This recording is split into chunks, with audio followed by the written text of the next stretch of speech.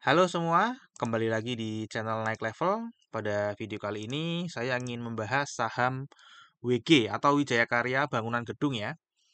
Oke, ini sudah rilis laporan tutup tahun 2022 tanggal 9 Maret ya.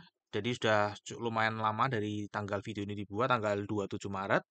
Dan hari ini sahamnya ditutup tidak bergerak kemana-mana di harga 136 per lembar saham.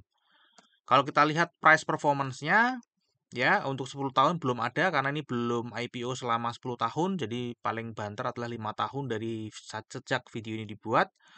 Kalau kita lihat dari sini teman-teman ya, ini kurang mengembirakan, artinya ini banyak yang sedang floating minus, kecuali kalau teman-teman belinya pas 1 minggu yang lalu ya. Selain itu, kebanyakan sedang floating minus teman-teman ya, apalagi dari IPO-nya, itu minusnya sebenarnya lebih dalam ya teman-teman ya. Untuk year to date ini juga minus 8,72%. Harga tertinggi setahun terakhir ada di 198 dan terendahnya 129. Jadi ini sedang mendekati sedang berada di titik yang terendahnya teman-teman ya daripada yang tertingginya. Nah, seperti biasa nanti kita akan bahas ya saham WG ini dari fundamentalnya itu seperti apa secara umum, kemudian dari seasonality bagaimana peluang kenaikan atau penurunan harga di setiap bulannya, setiap tahun.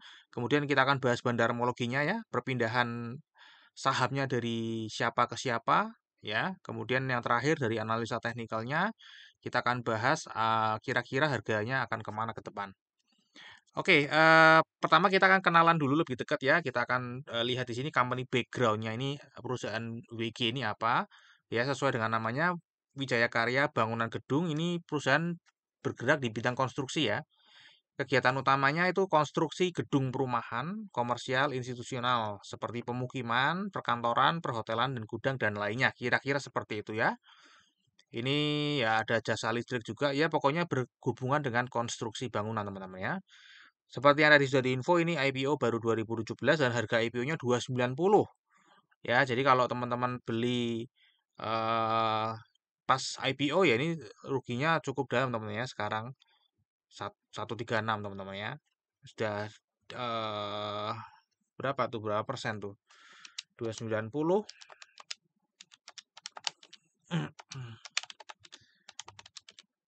Kira-kira sudah rugi 53%, jadi separuh lebih teman-teman ya.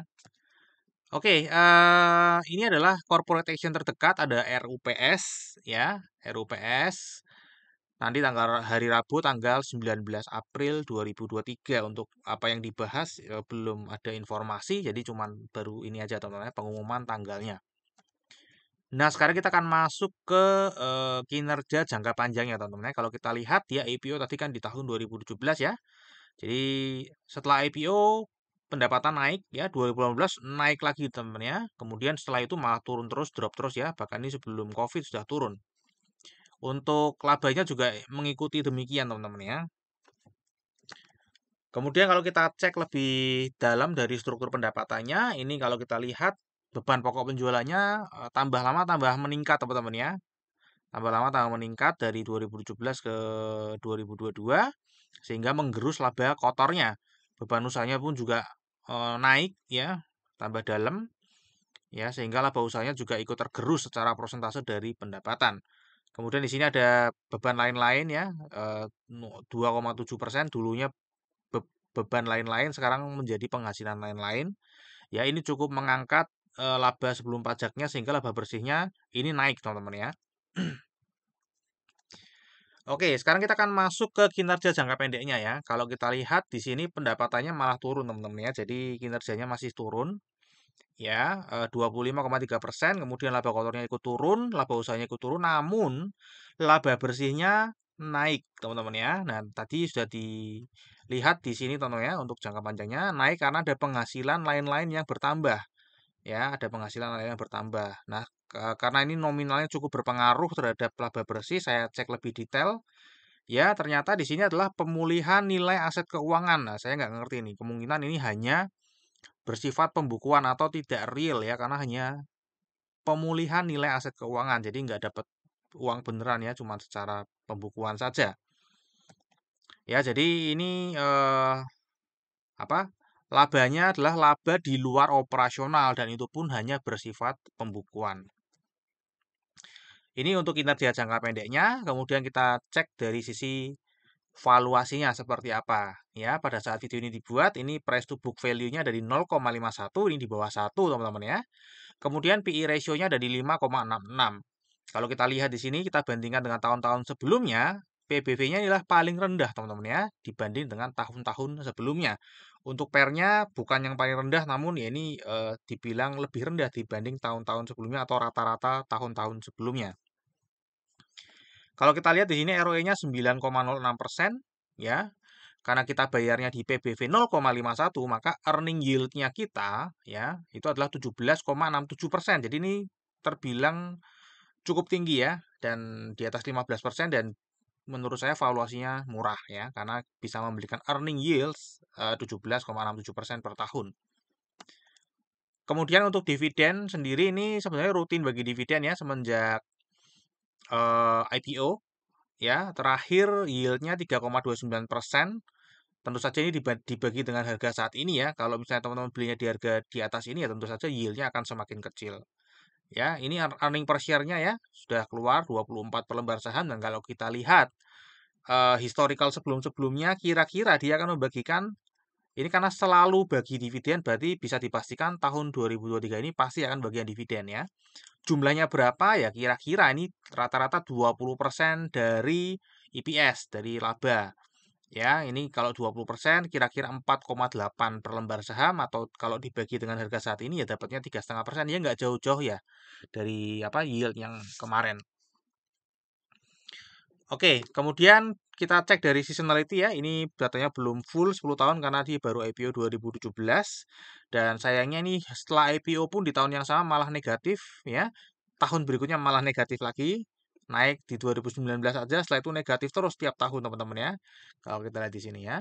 2023 ini juga belum kemana-mana harganya di bulan Maret, namun dari Januari sampai Februari sudah negatif 8,72%.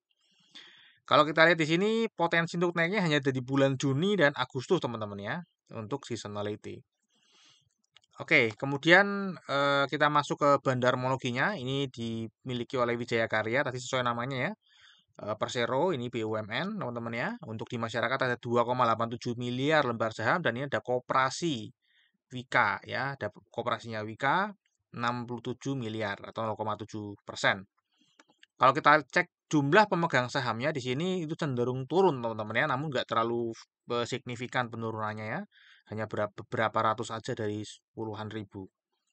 Untuk pergerakan investor asing di sini hanya 7,8% partisipasinya, jadi kita bisa mengabaikan pergerakan investor asing di saham WG ini. Nah, kita akan cek ya, setahun terakhir ini pergerakan sahamnya oper-operannya kemana saja. Ya, kalau kita lihat di sini jumlah sahamnya 2,872 yang floating di bursa, ya, yang floating di bursa, artinya yang membuat harga SWG ini bergerak setiap harinya hanya 2,8 lembar, 2,8 miliar lembar saham, dan ini yang adalah saham yang beredar di masyarakat, ya. Nah, kalau kita cek di sini teman-teman ya, terbesar kepemilikannya adalah di lokal 88,83%, dan investor asing tadi sudah dibahas ya, partisipasinya kecil, ini supply-nya juga kecil ya, dia memiliki stoknya juga nggak banyak, jadi ini memang bisa diabaikan ya. Nah, kita cek di sini teman-teman ya. Dari lokal 88,83 ternyata paling besar dimiliki oleh investor retail lokal ya. Jadi ini berita yang sebenarnya kurang bagus ya. Terbesar kedua dari local others. Terbesar ketiga ada di insurance ya. Nah, kalau kita lihat di sini teman-teman ya, setahun terakhir itu pergerakannya seperti apa? Ya, pemilik terbesarnya sedang buang barang ya, buang barang. Tadi kita lihat di sini ini juga sedang menurun ya. Jadi menurun secara jumlah investornya, secara kepemilikan juga menurun. Ya, menurun. Namun ini kalau kita lihat ya, 3 bulan terakhir ini retail juga sudah mulai masuk lagi menambah kepemilikannya walaupun sedikit. Ya, untuk terbesar kedua, others ini turun terus ya. Jadi ini sedang buang barang teman-teman ya, secara rutin. Meskipun hanya kecil ya, setahun dia cuma buang 1%. Ya, ini rutin sekali setiap bulan selalu buang. Jadi ini yang menyebabkan apa ya? Kalau boleh dibilang ini menekan harga teman-teman ya, karena supply terus-menerus digelontorkan ya, menekan harga. Tinggal nanti ada demand yang mengimbangi atau enggak. Nah, kalau kita lihat di sini ada satu yang menonjol teman-teman ya. Jadi ada sekuritas ini yang sedang mengakumulasi secara besar ya. Dia dari kepemilikan cuma 3,19% jadi 9,19% dan ini dia baru aktif membeli itu terakhir-terakhir ini aja teman-teman, 5 bulan terakhir. Oh, 6 bulan terakhir ya. 6 bulan terakhir ini dia baru mulai membeli. Ya, yang jual adalah tadi lokal retail, kemudian others ini lokal others yang selalu menjual, kemudian insurance juga terakhir-terakhir ini buangnya cukup dalam teman-teman ya. Setelah beli di sini kan turun, kemudian dia naik beli, kemudian dia mulai buang lagi. Ya, untuk yang lainnya pergerakannya tidak terlalu signifikan teman-teman ya. Ini foreign others juga ada tekanan ya di 3 bulan terakhir ya di Februari. Kemudian Januari, Desember, jadi sejak Desember, Januari, Februari ikut menekan dia ikut buang barang, teman-teman ya. Oke, yang menampung sekuritas. Jadi karena ini dari banyak ditampung oleh satu, berarti kesimpulannya ini sedang diakumulasi oleh satu sekuritas ini, teman-teman ya. Oke, kemudian kalau kita cek dari 1 Maret sampai 27 Maret sampai hari ini, kita lihat di broker summary-nya, ini sedang terlihat ada small distribution. Kita lihat di broker summary-nya ya. Ada satu sekuritas yang dominan ya, sebenarnya nggak begitu dominan namun tetap lebih besar daripada ini ya. Yang menyebabkan ini lebih besar sehingga harganya kedorong ya. Ini sudah sempat naik namun kembali lagi ke harga pembukaan. Ya, di sini sedang terlihat ada small distribution.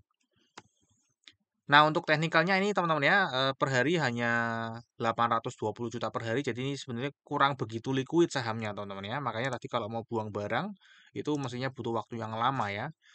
Karena harus sabar kalau enggak harganya akan turun terus teman-teman ya, turunnya terlalu dalam. Kalau kita lihat dari teknikalnya ini sedang downtrend teman-teman ya, sedang downtrend membentuk lower high dan lower low terus ya. Dan kalau kita bisa lihat di sini dia sudah memantul ke MA50 ya, mencoba eh, menguji resistance MA50 namun gagal ya satu kali ya. Ini satu gagal, di sini gagal, di sini juga balik lagi, ini mencoba lagi ya. Nah, kalau boleh saya coret-coret teman-teman ya, kemungkinan dia akan tetap melanjutkan penurunan ke bawah ya. Penurunan ke bawah sini, jadi ini sudah mantul ke sini ya. Kemungkinan dia akan ke sini ya, ke harga 122 atau ini adalah harga pada saat Covid. Jadi pada saat Covid ini WG sempat ke harga 122. Ini mendekati ke harga Covid teman-teman ya. Kemungkinan akan ke situ arahnya ya. Oke, yang terakhir kita masuk ke risam teman-teman ya. Untuk secara fundamental tadi kinerja jangka panjangnya turun ya sejak 2019. Jangka pendeknya juga masih turun, valuasi terbilang murah. Rutin bagi dividen, forecast-nya 3,5%. Seasonality potensi naik di bulan Juni dan Agustus. Untuk bandarmologi Februari ke Februari ini terlihat ada satu sekuritas yang menampung ya cukup besar dari beberapa big player lainnya dan dari retail. Ya, untuk 1 sampai 27 Maret ini terlihat small distribusi ya tadi, distribusi kecil. Kemudian untuk technical ini sedang downtrend ya menuju titik terendah saat Covid. Nah, apakah akan kembali ke saat Covid? Tadi sih prediksi saya seperti itu. Oke, terakhir sekali disclaimer teman-teman ya. Jadi analisa yang saya paparkan di YouTube ini adalah analisa saya pribadi yang tentu saja bisa salah. Jadi teman-teman bijaksana dalam menggunakan informasi yang ada di video ini. Ini bukan ajakan jual atau beli saham WG ya. Jadi silahkan teman-teman tetap lakukan analisa atau riset sendiri. Oke, mungkin sampai di sini aja analisa saham WG. Semoga bisa bermanfaat dan kita akan berjumpa lagi di video yang berikutnya.